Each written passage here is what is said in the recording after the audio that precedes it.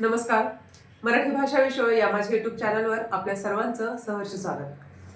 आज आपण इयत्ता 9वी कुमार भारतीचा जो काही पाठ आहे, एक होती समय, या पाठाचं स्पष्टीकरण आपण या अगोदरच्या व्हिडिओमध्ये पाहिलेलं आहे. आज आपण या ठिकाणी त्या पाठाचा संपूर्ण स्वाध्याय बघणार आहोत. चला तर मग सुरू करूया. एक होती समय. चौकटी पूर्ण करा. कोसबाडच्या टेकडीवरील समय म्हणून ओळख. कोणाची ओळख होती कोसबाडच्या टेकडीवरील समय म्हणून? अनुताई वाघांची. रोपट्याचा वटवृक्ष झालेली संस्था. बाल ग्राम शिक्षण केंद्र. पुढचं आहे आयुष्याचा पाया भक्कम करणारे प्राथमिक शिक्षण. भाकरीच्या शोधात आयुष्य गमावणारे आदिवासी बालके. पुढचं आहे खालील घटकांचे परिणाम लिहा. एखादी घटना घडली आणि त्याचे परिणाम काय झालेले आहेत ते आपल्याला या ठिकाणी सांगायचे. पहिली घटना आहे अनुताईंचे निधन. अनुताईंच्या निधनाने काय परिणाम झाला तर कोसबाडच्या परिसरातील आदिवासी दुःखी झाले. ताराबाईंनी अनुताईंचे अश्रू पुसले. त्याचा परिणाम काय झाला? दुःखाचा डोंगर टाचेखाली चिरडत अनुताई मोठ्या जिद्दीनं उभा राहिल्या. ताराबाईंचं निधन. अनुताई ताराबाईंच्या संस्थेच्या संचालक झाल्या. पुढचा प्रश्न आहे कार्यक्षेत्र लिहा. शिक्षणाव्यतिरिक्त असलेली अनुताईंची कार्यक्षेत्र, की शिक्षण तर त्यांनी केलंच, पण त्याच्यासोबत अजून काय काय काम केलं तर त्यामध्ये बालकल्याण, महिला विकास, अंधश्रद्धा निर्मूलन, आरोग्य, हे सगळं काम या ठिकाणी अनुताई वाघांनी केलेलं आहे. का ते लिहा. शिक्षण क्षेत्रातील कार्यकर्त्यांना कोसबाडच्या टेकडीचं सातत्यानं आकर्षण राहिलं. त्याचं कारण असं आहे, केवळ शिक्षणच नव्हे तर शिक्षणाबरोबरच बालकल्याण, मूकबधिरांसाठी शिक्षण, महिला विकास कार्यक्रम, अंधश्रद्धा निर्मूलन, स्वच्छता, कुटुंब कल्याण, आरोग्य आदी विषयांवरही अनुताई यांनी खूप कष्ट घेतले. एक चांगला नागरिक निर्माण होण्यासाठी ज्या ज्या गोष्टी आवश्यक आहेत त्या सर्व गोष्टी त्यांनी केल्या. एकाच वेळेला अनेक प्रयोग असे त्यांच्या कामाचं स्वरूप राहिलं आहे. म्हणूनच शिक्षण क्षेत्रातील कार्यकर्त्यांना कोसबाडच्या टेकडीचं कायम आकर्षण राहिलेलं आहे. दुसरा आकडा आहे अनुताईंच्या कामाला प्राथमिक अवस्थेत विरोध झाला. जे काही अनुताईंनी काम सुरुवात केली होती त्याला प्राथमिक अवस्थेमध्ये विरोध झाला. खरं तर तसं पाहिलं तर कुठलंही चांगलं काम ज्यावेळेस कुणीतरी सुरू करतं त्यावेळेस प्राथमिकतेमध्ये त्यांना विरोध हा होतोच, नंतर मात्र ते स्वीकारलं जातं.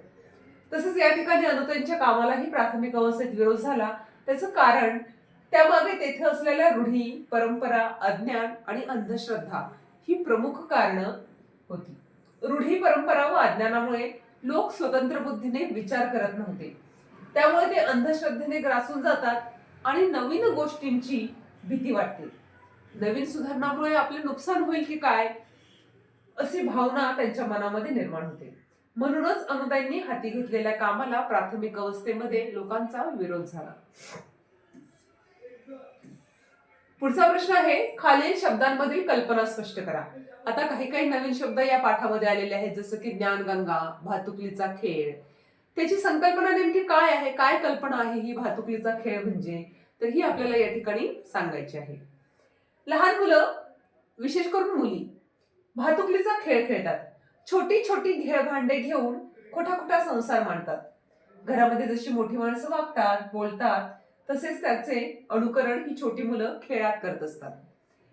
या खेळात हे बाहुला बाहुलींचे लग्न लावतात, खोटा स्वयंपाक करतात. इतकेच काय तर यांच्या खेळातील लग्नात मान अपमान, हुंडा, देणं घेणं या सगळ्यांचा समावेश असतो. यालाच भातुकलीचा खेळ असं म्हणतात. थोडक्यात सांगायचं म्हणजे भातुकलीचा खेळ म्हणजे खोटा आभासमय संसारच असतो. अनुताईंच्या वाट्याला खरा संसार आलाच नाही. म्हणून या ठिकाणी त्यांचा संसार म्हणजे जणू काही भातुकली होती असा शब्दप्रयोग या ठिकाणी करण्यात आलेला आहे. पुढचं आहे ज्ञान यज्ञ. यज्ञ आपल्याला माहिती आहे, ज्ञान सुद्धा माहिती आहे. ज्ञान यज्ञ, ज्ञानासाठी पेटवलेला यज्ञ. ज्याप्रमाणे यज्ञामध्ये अग्नी पेटवला जातो आणि त्यामध्ये विविध पदार्थांची आहुती दिली जाते, त्याचप्रमाणे अनुताईंनी शिक्षण प्रसाराचा ज्ञान यज्ञ पेटवला आणि त्यात त्यांनी स्वतःच्या आयुष्याची आहुती दिली. यज्ञात दिलेली आहुती परमेश्वरापर्यंत पोहोचते. तर अनुताईंच्या ज्ञानयज्ञातील आहुती मात्र समाजातील गोरगरीब आणि गरजू लोकांपर्यंत पोहोचली आणि त्यांचं जीवन जे आहे ते प्रकाशित झालेलं आहे. म्हणून त्यांच्या कार्याला ज्ञान यज्ञ असा शब्द वापरलेला आहे. पुढचा शब्द आहे ज्ञानगंगा. गंगा ही भारतातील पवित्र नदी आहे. असं म्हणतात गंगेत स्नान केल्याने सर्व पापे नाहीसे होतात. गंगेच्या पाण्याला तीर्थ म्हणतात आणि ते तीर्थ पिल्याने माणसाचे दुःख नष्ट होऊन माणसाला सुखाची प्राप्ती होते. त्याचप्रमाणे ज्ञानगंगा म्हणजे ज्ञानाची गंगा ही माणसाचं आयुष्य पावन करते. ज्ञानगंगेचे तीर्थ घरोघरी पोहोचवल्यानं सर्वांचं दुःख, दैन्य, दारिद्र्य दूर होऊन सुखाचे आनंदवन फुलेल अशी आशा ठेवून अनुताईंनी आदिवासी बालकांपर्यंत ज्ञानगंगा नेण्याचं पवित्र कार्य केलेलं आहे. पुढचा असा अजून एक शब्द आलेला आहे, तो म्हणजे पाऊलखुणा. शब्दशः अर्थ पाहिला तर पाऊलखुणा म्हणजे एखाद्या वाटेवर चालताना उमटलेल्या पावलांच्या खुणा, पायांच्या खुणा. अनुताईंनी शिक्षण प्रसाराचा जो मार्ग अवलंबिला होता तो मार्ग आणि त्यांनी समाजासाठी केलेली विविध कार्य म्हणजे त्यांच्या पाऊलखुणा होय. थोर व्यक्तींच्या पाऊलखुणा लक्षात घेऊन त्यांच्या पावलांवर चालण्याचा प्रयत्न केला पाहिजे. अनुताईंच्या पाऊलखुणा जपून ठेवण्यासाठी त्यांच्या पावलांवर चालणं ही त्यांच्यासाठी आदरांजली ठरेल असं या ठिकाणी म्हटलं जाईल. पुढचा प्रश्न आहे, खालील शब्दसमूहासाठी एक शब्द लिहा. व्रताने स्वतःला बांधणाऱ्या त्या व्यक्तीला काय म्हणतात तर व्रतस्थ. नेमाने स्वतःला बांधणाऱ्या नेमस्थ. गावातील रहिवासी ग्रामस्थ. तिराहिताचा भूमिकेतून बघणारा तटस्थ. व्रतस्थ, नेमस्थ, ग्रामस्थ, तटस्थ. पुढचा प्रश्न आहे, खाली दिलेल्या शब्दांचा उपसर्ग बदलून विरुद्धार्थी शब्द लिहा. उपसर्ग तुम्हाला माहिती आहे, जे शब्दाच्या अगोदर लावलं जातं त्याला उपसर्ग असं म्हणतात आणि शेवटी लावला तो प्रत्यय. उदाहरणार्थ सापेक्ष, निरपेक्ष, अनावृष्टी, अतिवृष्टी. अनाथ, सनाथ या ठिकाणी हा जो काही उपसर्ग आहे अ हा बदललाय, अ चा आपण स केलेला आहे. त्याला विरुद्धार्थी शब्द असंही आपण म्हणू शकतो. अनाथ, सनाथ, दुश्चिन्ह, सुचिन्ह, सुपीक, नापीक, पुरोगामी, प्रतिगामी, स्वदेशी, परदेशी, विजातीय, सजातीय. अनुताई वाघ यांनी दिलेल्या समयच्या उपमेची सार्थकता तुमच्या शब्दात लिहा. आता या ठिकाणी तुम्हाला सोमत विचारलेलं आहे की अनुताईंना समयची उपमा दिलेली आहे ती कितपत योग्य आहे. समयचा प्रकाश शांत, शीतल, मंद असतो. ती सतत तेवत असते, ती स्वयंप्रकाशित असते, ती स्वतः जळून इतरांना प्रकाश देते. त्याचप्रमाणे अनुताई या स्वभावाने शांत, शीतल होत्या. त्या आयुष्यभर इतरांच्या कल्याणासाठी तेवत राहिल्या. समयप्रमाणे त्यांनी अनेकांच्या आयुष्यामध्ये प्रकाश आणला.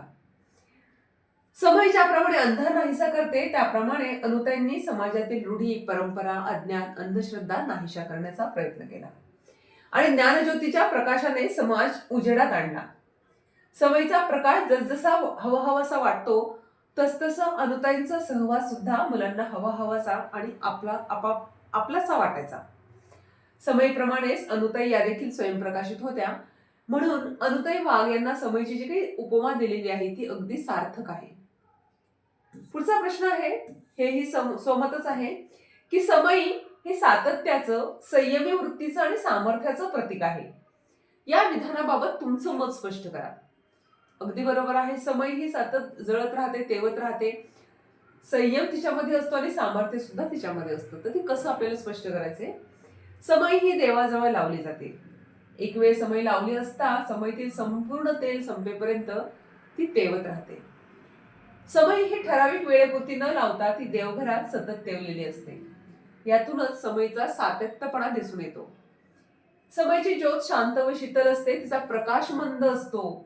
जणू काही समय काहीही झालं तरी माणसाने संयमी वृत्ती सोडू नये असा तुम्हाला एक मार्ग दाखवत असते, शिकवण देत असते.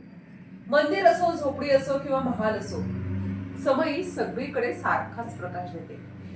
यातून समयचा आपल्याला कुठला गुण दिसून येतो, सातत्यपणा तर आहेच आहे, पण सगळ्यांना एकाच नजरेतून बघण्याची जी काही वृत्ती असते ती सुद्धा या ठिकाणी आपल्याला समयच्या ठिकाणी पाहायला मिळते. समयच्या प्रकाशात असलेला परिसर उदात्त भावनेने भरलेला असतो. संपूर्ण परिसर प्रसन्न ठेवण्याचं सामर्थ्य समईत असतं. मन व परिसर प्रसन्न ठेवण्याचा समईचा हा गुण माणसाच्या मनाला समाधान देत असतो. असे समाधान देण्याच्या समईच्या गुणामध्ये सामर्थ्यता दिसून येते. अशा प्रकारे समय ही सातत्याने संयमी वृत्तीचं आणि सामर्थ्याचं प्रतीक आहे हे आपल्याला या ठिकाणी सहज समजून येतं. आता या ठिकाणी भाषाभ्यास थोडासा दिलेला आहे व्याकरणाचा. इथे अलंकार थोडीशी माहिती सांगितलेली दृष्टांत या अलंकारासंदर्भात. अलंकार हा जो काही सेपरेट भाग आहे, वेगळा असा भाग आहे व्याकरणाचा, त्याच्यासाठी आपण आपले पुढचे व्हिडिओ नक्की बघा. आपण व्याकरणाचा संपूर्ण भाग जो आहे तो एका व्हिडिओमध्ये टाकण्याचा प्रयत्न करणार आहे. तोपर्यंत हा जो काही दृष्टांत अलंकार या ठिकाणी माहिती आलेली आहे ती आपण पाहूया. खालील उदाहरण वाचा व समजून घ्या. चंदनाचे हात पायही चंदन, तुका म्हणे तैसा सज्जनापासून पाहता अवगुण मिळेची ना. संत तुकाराम महाराजांचा हा अभंग आहे.